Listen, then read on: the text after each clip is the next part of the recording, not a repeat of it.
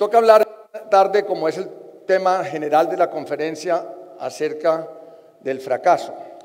Pudiéramos decir que también podríamos ver el fracaso desde muchos puntos de vista distintos. Puede ser una paradoja, puede ser una utopía, puede ser un estigma. Vamos a ver diferentes tipos de fracasos. Tenemos todos aquellos que tienen que ver con instituciones corporativas, comunitarios, generacionales, solubles, insolubles, pedagógicos, de visión o conceptos, y finalmente, obviamente, los personales. Segundo, tenemos diferentes naturalezas de fracasos.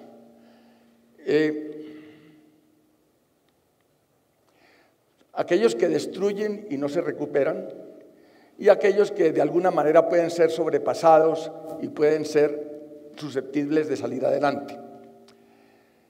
Esto da una matriz de complejidad bastante grande, porque los institucionales pueden ser solubles o insolubles, pueden ser operacionales o llevar a una bancarrota, pueden ser comunitarios solubles e insolubles, igualmente como asonadas y rebeliones y colapsos de la revolución, generacionales manejables o crónicos, como sería una evolución cultural o una inclusión de la cultura, pedagógicos que pueden ser transformables o evolutivos, como cambios de cultura pedagógica o una arteriosclerosis cultural, de visión, un concepto de Estado, un colapso cultural, distorsiones evolutivas, fin de una cultura, y finalmente en los personales, los solubles y los insolubles. Los solubles casi son todos los problemas, el único que no es solucionable es la muerte. ¿Pero por qué? Vamos a ver las evoluciones culturales. Llevo 37 años viviendo fuera de Colombia, soy de Medellín, pero me ha tocado vivir la cultura anglosajona, o las culturas anglosajonas germánicas, donde se fomenta el error como parte fundamental del proceso creativo, lo que se llama en inglés trial and error, o ensayo y error, como un paso fundamental para la creatividad, y donde los grandes inventos surgen al final de grandes fracasos. Y tenemos nuestras culturas mediterráneas que desgraciadamente castigan enormemente el error, que estigmatizan al que lo incurre, el estigma viene a ser muy duradero y la vergüenza es profunda. Vamos a ver con los anglosajones. El anglosajón se regocija en el fracaso. Es más, dan un certificado y un diploma a las personas que fracasan. No hay un inventor en el mundo que para hacer finalmente el invento no haya significado una serie muy larga de fracasos. Y esto se refleja en resultados concretos. Resulta que si podríamos explicar que por ese motivo en los Estados Unidos se crearon el año pasado 159.000 patentes, en Japón 56.000 y así sucesivamente en cada uno de estos países. En cambio, en toda América Latina solamente se registraron en conjunto 836 patentes, divididas en Brasil, en México, en Argentina, en Chile, en Costa Rica, en Colombia 25 patentes para una población de 45 millones de habitantes y finalmente un país como Cuba con 19, casi lo mismo que en Colombia, con una décima parte de los habitantes, una cuarta parte de los habitantes. Entonces, esto significa que hay una cultura anglosajona que fomenta la exploración, la investigación, la programación, el invento. Y podemos decir que ¿por qué programación? Pues programación hemos descubierto, yo trabajo mucho con la Universidad del MIT en Boston, donde me gradué como arquitecto, y se ha encontrado a través de varios estudios que la labor de limpiar o sacarle las cucarachas a un programa, de depurar un programa, significa que las personas tienen que adquirir 4 elementos de la formación del cerebro que el resto de los mortales no tenemos de una manera tan significativa. Tenemos un pensamiento crítico, tenemos una mentalidad de resolver problemas, tenemos el compartir y el reflexionar, y todo eso lleva a que se fomente muchísimo la capacidad de creatividad. Los casos concretos que les puedo dar tienen que ver con Colombia. En el año 48 se inventó un gran elemento que se llamó el radiotransistor. Hubo en la planicie boyacense un sacerdote que vio el radiotransistor y resolvió meterle en el bolsillo de cada campesino un radiotransmisor y se inventó para ello una emisora que se llamó Radio Sutatensa, verdaderamente emblemática, donde educó a más de 4,5 millones de campesinos a lo largo de 40 años. Este señor se llamó Monseñor José Joaquín Salcedo y es uno de los pioneros más grandes en la educación moderna que exista a nivel mundial. Yo tuve el placer y el honor de conocerlo en el año 82, cuando monté para el gobierno colombiano la parte científica del primer proyecto de educación a distancia.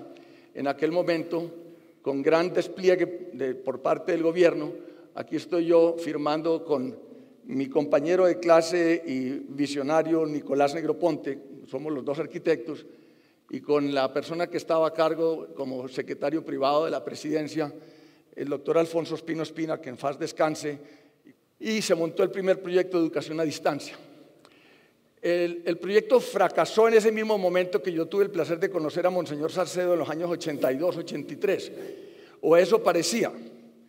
Pasan 25 años y de repente, siguiendo esta temática de que el éxito es aprender de ir de fracaso en fracaso hasta superarse, logramos lanzar el proyecto en Boston y en MIT del proyecto de educación a distancia, y que es un proyecto transformador basado principalmente en la misma filosofía de Monseñor Salcedo, donde la transformación tiene que ver mucho más que simplemente el incrementalismo o la evolución. Se creó una nueva manera de aprender. Y esto fue uno de ellos, el proyecto que se llama Un computador por cada niño, que he tenido el placer y el honor de dirigir por los últimos 10 años, y hemos terminado hace poco tiempo, terminé esta labor entregando 3 millones de laptops en 51 países y en 21 lenguas distintas como una entidad sin fines de lucro, simplemente para llevar a los niños de los países en desarrollo el poder aprender a aprender.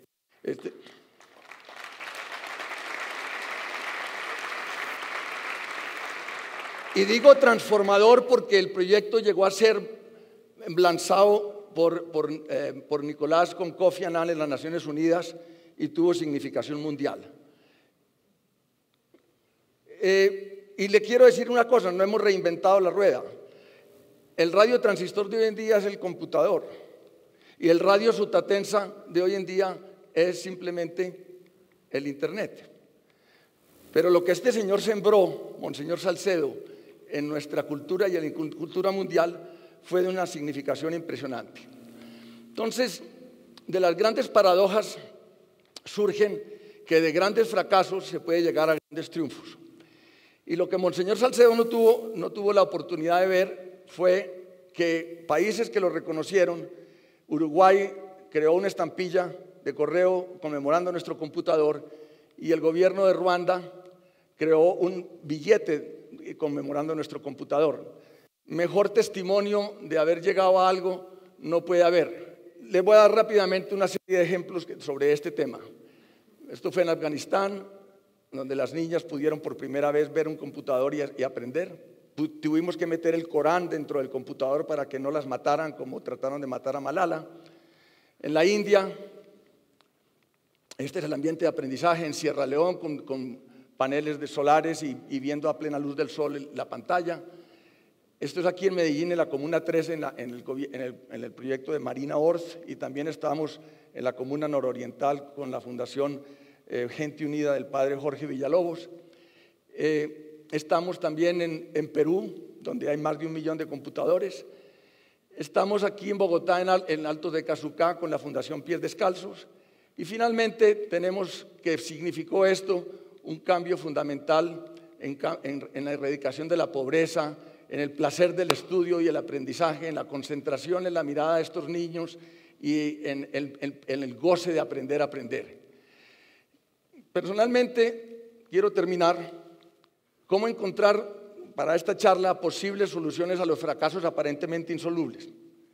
Quiero compartir con ustedes algo muy personal, pero que creo que da redondez a esta conferencia.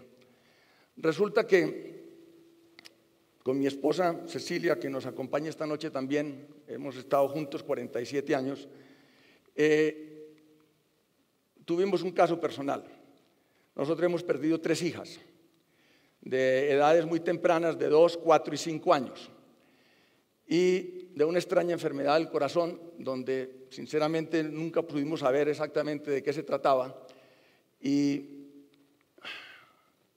finalmente lo que nos ha motivado a no caer en un hoyo negro de desesperación ha sido el poder llevar lo que Monseñor Salcedo hizo y lo que pudimos hacer nosotros en One Laptop Per Child, porque en eso me ha acompañado mi esposa muchísimo, es haberles dado a estas niñas lo que finalmente no pudimos nosotros darles a ellas.